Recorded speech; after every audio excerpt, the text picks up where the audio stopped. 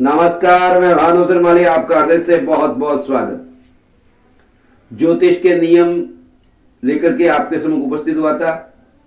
कुछ नियम और हैं जिनका ज्योतिष में विशेष तौर से रुचि है, उनके लिए बड़ा आनंददायक रहेगा और अन्य को भी यह आनंद तो आएगा, लेकिन जो पहले मेरे काफी वीडियो देख चुके हैं उनको तो आसानी से समझ आ जाएगा, वरना 2-4 वीडियो पहले से देख ले, मेरे दिए हुए। यह नियम घटित आप अपने पर भी कर सकते हैं, अन्य पत्रिकाओं पर भी कर सकते हैं और फलादेश करने में आसानी रहती है। सामान्य से नियम है लेकिन बड़े परिणाम देने वाले। यदि एक ही ग्रह जन्म कुंडली में 2 केंद्र स्थानों का स्वामी हो जाए तो उनका रिजल्ट शुभ फलदायक नहीं रहता।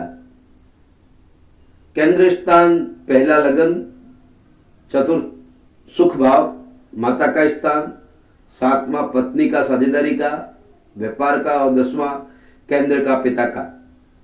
इन 4 पर भावों में काफी ग्रह हैं जिनकी 2 राशियां हैं, 2 राशियों के स्वामी हैं, जैसे देवगुरु बृहस्पति धनु और मीन राशि। तो दोनों राशियां केंद्र में आ जाए, बुधदेव है तो उनकी मिथुन और कन्या राशि है, 2 राशियां वहां पर आ जाने से उनके रिजल्ट शुभ फलदायक नहीं रहते। दूसरा नियम यह है, शनि और राहु विच्छेदात्मक ग्रह हैं, अतः ये दोनों ग्रह जिस भाव में भी होंगे उससे संबंधित फलों में कुछ विच्छेदात्मक अवश्य करेंगे। इन पर शुभ ग्रहों की दृष्टि नहीं है।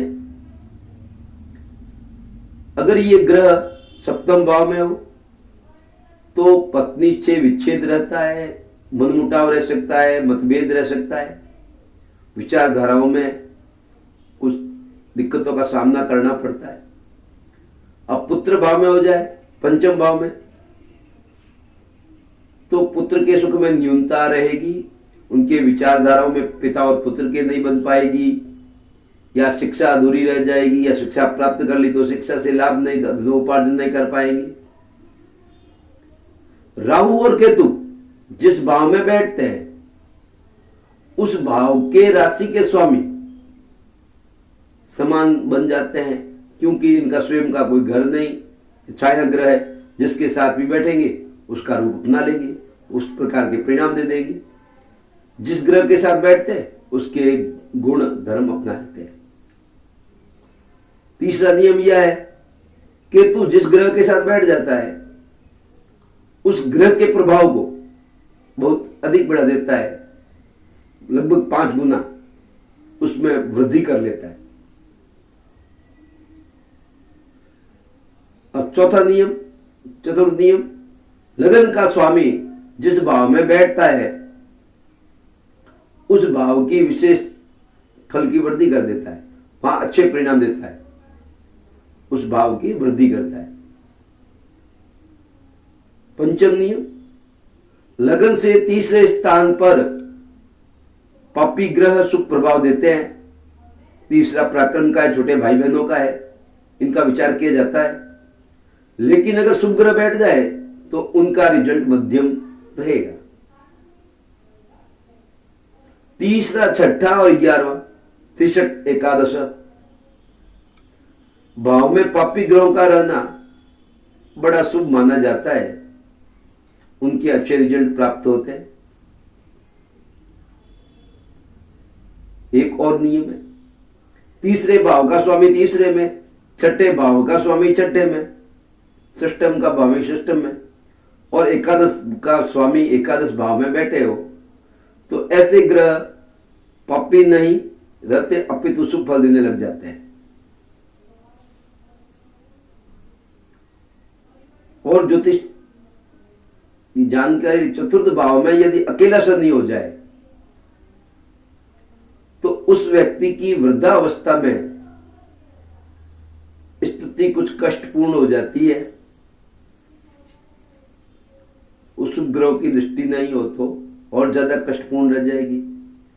अगर चतुर्थ भाव में अकेला मंगल बैठ जाए तो व्यक्ति को जमीन जायदाद में तो लाभ करवा देगा, प्रॉपर्टी में तो लाभ करवाएगा, अच्छे परिणाम भी प्राप्त कर लेगा, लेकिन वह व्यक्ति इस प्रकार से लगेगा, विजय प्राप्त करने के बाद भी अपने आप को हारा हुआ सा महसूस करेगा।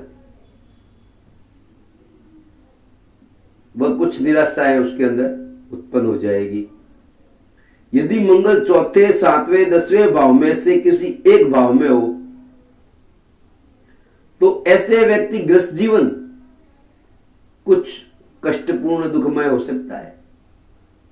पिता से कुछ सहायता भी नहीं मिल पाती, उनसे मतभेद, तो ऐसा व्यक्ति जीवन में कुछ अपने भाग्य को कमजोर सा महसूस करता है। यदि चौथे भाव का स्वामी 5वें भाव में, सुख भाव का स्वामी संतान भाव में और संतान भाव का स्वामी चौथे भाव में हो तो बहुत ही अच्छे विशेष शुभ फल परिणाम प्राप्त होते हैं। इसी प्रकार नवम भाग्य यानी भाग्य भाव का स्वामी 10वें भाव में कर्म स्थान में, 10वें भाव का स्वामी 9 में बैठा हो तो ऐसे में विशेष अनुकूल परिणाम प्राप्त होते हैं, बहुत ही शुभ रिजल्ट मिलते हैं। अकेला देवगुरु बृहस्पति यदि 5वें भाव में हो तो संतान में न्यूनता, सुख प्राप्त होता है या पुत्र से, प्रथम पुत्र से मतभेद रहते हैं। हाँ, यहां पर मैं कह देना चाहूंगा, गुरु यहां कमजोर स्थिति में है तो अच्छे परिणाम भी प्राप्त होते हैं, संतान सुख भी मिल जाती है, उनसे विचारधारा भी मिल जाती है। नीच का हो जाए या उच्च का हो जाए और उन पर शुभ ग्रह की दृष्टि वगैरह पड़ जाए तो अच्छे परिणाम भी प्राप्त। पर अमूमन ये देवगुरु बृहस्पति का है 5वें भाव में, 7वें भाव में, द्वितीय भाव में। अकेला देवगुरु बृहस्पति कुछ न कुछ भाव में कमी ले आता है। अब जैसे कि 5वें भाव से शिक्षा भी देखी जाती है और संतान सुख भी देखा जाता है, तो शिक्षा व्यक्ति डिग्रियां प्राप्त कर लेगा लेकिन उसे धनोपार्जन नहीं कर पाएगा, या शिक्षा में कहीं रुकावट आ जाएगी, वो होशियार होते हुए भी, इंटेलिजेंट होते हुए भी। जिस भाव की जो राशि है, जिस भाव की जो राशि है उस राशि के स्वामी ग्रह को उस भाव का अधिपति या भावेश कहा जाता है। 6ठे, 8वें और 12वें द्वादश भाव के स्वामी जिन भाव में बैठते हैं, जिन भाव में रहते हैं, उनको बिगाड़ते हैं। किंतु यहां अपवाद के रूप में यदि वह सुग्री हो तो फिर वो अनिष्ट फल नहीं करते, क्योंकि कोई घर अपना स्वयं का बिगाड़ नहीं करता। सुग्री ग्रह का फल शुभ होता है। अब ज्योतिष के लिए यह नियम भी लागू होता है, 6ठे भाव का स्वामी जिस भाव में बैठेगा उस भाव में कुछ परेशानियां देगा। मैं आपको उदाहरण के माध्यम से समझाऊं। 6ठे भाव का स्वामी यदि आय भाव में हो तो व्यक्ति जितना परिश्रम करेगा उतनी आय उसको प्राप्त नहीं हो सकेगी और उस आय से वो संतुष्ट भी नहीं होगा, और आय जितनी मेहनत है उसके तुलना में उसका रिजल्ट कुछ कम मिलेगा। ज्योतिष के लिए यह भी नियम है। यदि 7वें भाव में अकेला शुक्र हो तो उस व्यक्ति का गृहस्थ जीवन कुछ सुखमय नहीं रहता। पति पत्नी में परस्पर अनबन रह सकती है। अकेला शुक्र लंपट भी बनाता है और मंगल वगैरह की दृष्टि पड़ जाए तो विशेष तौर से ऐश मौज करने वाला भी बना देता है। वहीं अकेला शुक्र 7वें भाव में,